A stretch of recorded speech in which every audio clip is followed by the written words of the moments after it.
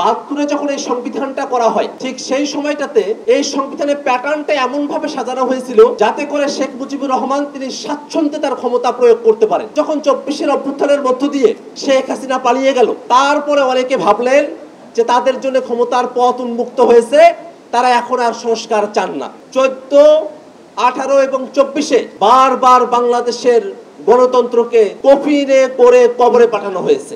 আমরা যদি খুব সংক্ষেপে বলি যে কেমন সংবিধান চাই, এমন সংবিধান যে সংবিধান বাংলাদেশের গণতন্ত্রকে সুরক্ষা দিতে পারে, এমন সংবিধান যেটা বাংলাদেশের মানুষের অভিপ্রায়কে ধারণ করতে পারে, এমন সংবিধান যেটা বাংলাদেশের মানুষের ভোটাধিকারকে সুরক্ষিত করতে পারে, এমন সংবিধান যেটা বাংলাদেশের বিচার বিভাগকে স্বাধীন রাখতে পারে, এমন সংবিধান যারা রাষ্ট্র ক্ষমতায় আসবেন তাদেরকে জবাবদিহিতার আওতায় নিয়ে আসতে পারে, এমন সংবিধান যে সংবিধান ক্ষমতাকে কেন্দ্রীভূত না করে ক্ষমতার বিকেন্দ্রীকরণকে জারি রাখতে পারে, এমন সংবিধান যেটা বাংলাদেশের রাষ্ট্র ক্ষমতায় ভারসাম্য নিশ্চিত করতে পারে, এমন সংবিধান যেটা বাংলাদেশের সকল শ্রেণীর মানুষকে ধারণ করতে পারে, এমন সংবিধান যে সংবিধান বাংলাদেশের সকল ধর্মের মানুষ, সকল সম্প্রদায়ের মানুষ, সকল জনগোষ্ঠীর মানুষের অধিকারকে ধারণ করতে পারে, এমন একটা সংবিধানই আমরা প্রত্যাশা করি।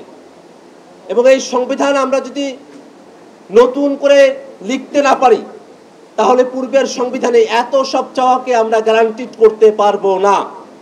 যে কোনো সময় কোর্টে এটাকে চ্যালেঞ্জ করা হবে, কোর্ট সেগুলোকে বাতিল করার অথরিটি রাখেন। যেহেতু এই সংবিধানের বেসিক স্ট্রাকচার ৭২-এর বেসিক স্ট্রাকচার হিসেবেই প্রতিষ্ঠিত হয়ে আছে। আমরা এমন সংবিধান চাই যে সংবিধান তার নতুন বেসিক স্ট্রাকচার নিয়ে জাতির কাছে হাজির হবে।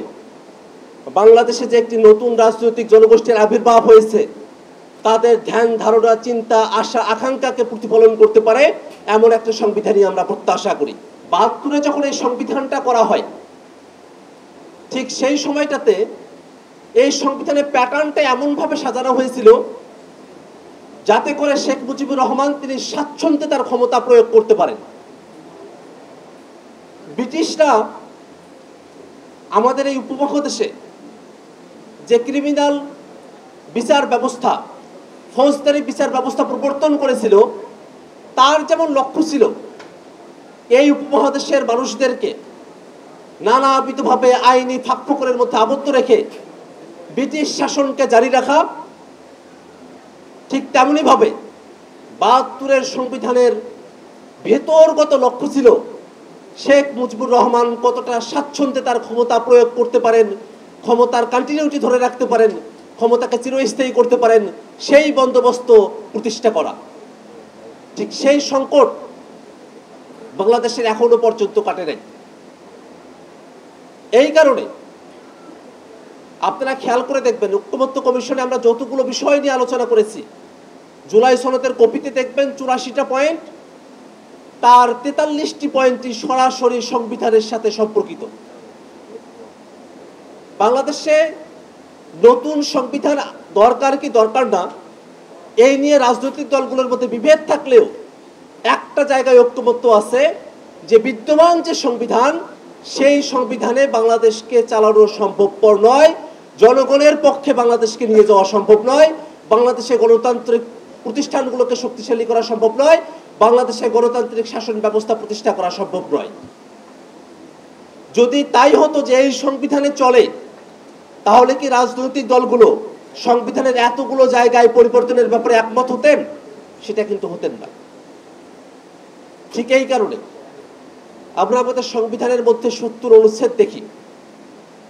৭০ অনুচ্ছেদ এমন একটা বিষয়, সেখানে দলনেতা, প্রধানমন্ত্রী তিনি যে সিদ্ধান্ত গ্রহণ করবেন, তিনি যে দিকে ভোট দিবেন, তার দলের সকল সাংসদকে ওই দিকেই ভোট দিতে হবে, নতুবা তার সংসদ সদস্য যে পদ, সেই পদটা বাতিল হয়ে যাবে।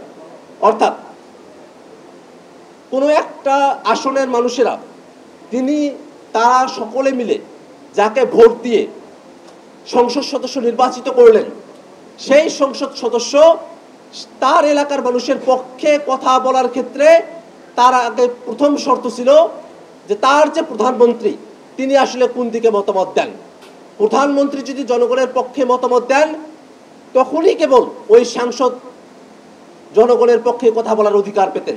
আর জনগণের বিপক্ষে যদি প্রধানমন্ত্রী কোনো সিদ্ধান্ত নেন, কোনো কালো আইন প্রণয়নের যদি সিদ্ধান্ত দলীয়ভাবে গ্রহণ করা হয়, তাহলে সে সাংসদের ওই কালো আইনের বিপক্ষে গিয়ে সংসদে অবস্থান ব্যক্ত করার কোনো সুযোগ ছিল না। আমরা সেই জায়গাগুলোতে পরিবর্তনের কথা বলেছি। এবং এই বাংলাদেশে 24-এর আন্দোলনের আগেই বাংলাদেশের সিভিল সোসাইটিতে, বাংলাদেশের ক্যাম্পাসগুলোতে সকল জায়গায় আলোচনাটা বিদ্যমান ছিল যে বাংলাদেশে গভীরভাবে সংস্কারের মধ্য দিয়ে নিয়ে যেতে হবে, রাষ্ট্র মেরামত করতে হবে, রাষ্ট্র সংস্কার করতে হবে। সে আলাপ 24-এর আন্দোলনের আগে থেকেই জারি ছিল। কিন্তু যখন 24-এর অভ্যুত্থানের মধ্য দিয়ে শেখ হাসিনা পালিয়ে গেল, তারপরে অনেকে ভাবলেন যে তাদের জন্য ক্ষমতার পথ উন্মুক্ত হয়েছে, তারা এখন আর সংস্কার চান না। ঐকমত্য কমিশনের আলোচনার সময়টাতে এমন অনেকগুলো বিষয় রয়েছে যেগুলো খুবই মৌলিক, সেই বিষয়গুলোতে তারা একমত হতে পারেন নাই। বাংলাদেশে একটা উচ্চকক্ষের প্রস্তাবনা দীর্ঘদিন ধরেই রয়েছে। আমরা উচ্চকক্ষ চেয়েছি এই কারণে, যাতে করে একটা বহুদলীয় গণতান্ত্রিক ব্যবস্থাকে আমরা শক্তিশালীভাবে দেশকে উপহার দিতে পারি। কিন্তু উচ্চকক্ষে তারা প্রতিনিধি হবেন, সেটা যদি নিম্নকক্ষে যারা আছেন তাদের অনুপাতে হয়, তাহলে যারা সরকার গঠন করেছেন তারা নিম্নকক্ষে যে সিদ্ধান্ত নিতেছেন, উচ্চকক্ষে তারই রেপ্লিকা এখানে থাকবে এবং সেই রেপ্লিকা সেই সিদ্ধান্ত মতকেই সামনের দিকে এগিয়ে যাবে। আমরা তো সেরকমটা চাই না। আমরা মনে করি উচ্চকক্ষে যদি ভোটের সংখ্যানুপাতিকভাবে পিআর পদ্ধতিতে প্রতিনিধি নির্বাচিত করা হয়, তাহলেই বরং অনেকগুলো দলের সেখানে প্রতিনিধি অংশগ্রহণ করার সুযোগ পাবে।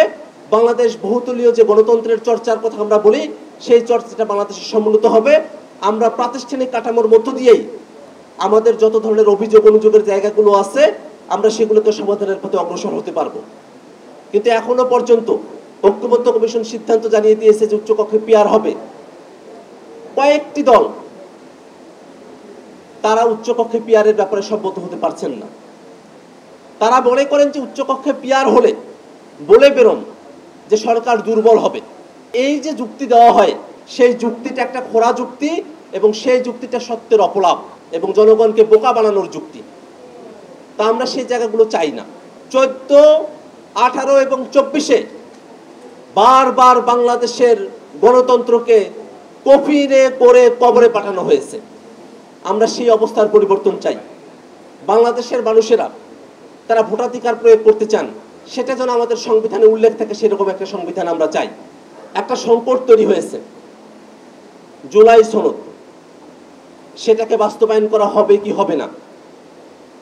শুধু যদি অঙ্গীকারের মধ্য দিয়েই কোনো একটা জিনিসকে টেকসই করা যেত, তাহলে অঙ্গীকারের ব্যাপারে আমাদের আপত্তি থাকতো না। কোনো একটা ডকুমেন্টের, কোনো একটা কাজের যদি আইনি ভিত্তি না থাকে, তাহলে আইনগতভাবে সেটাকে কার্যকর করা যায় না। সেটাকে যদি ভায়োলেট করা হয়, তার বিপরীতে আইনগত কোনো প্রতিকারও দাবি করা যায় না। আপনি অঙ্গীকার করেছেন, মুখে মুখে অঙ্গীকার করেছেন, সেটার যদি লিখিত ডকুমেন্ট না থাকে, আইনি ভিত্তি যদি সেটা না থাকে, তাহলে যে কোনো সময় মুখে মুখে করা ওয়াদা, লেখায় করা ওয়াদাও বরখেলাপ হয়ে যাওয়ার সম্ভাবনা থেকে যায়।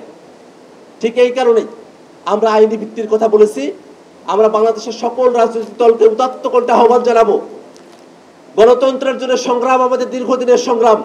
অতএব একটি গণতান্ত্রিক সংবিধানের জন্য জুলাই সনদে বর্ণিত বিষয়গুলোকে একটা আইনি ভিত্তি দিয়ে, তার ভিত্তিতে সামনের নির্বাচনে অংশগ্রহণ এবং বাংলাদেশকে সামনের দিনে জনগণের বাংলাদেশ হিসেবে গঠন করার ক্ষেত্রে সকল রাজনৈতিক দলকে একমত হওয়ার আমরা আহ্বান জানাচ্ছি।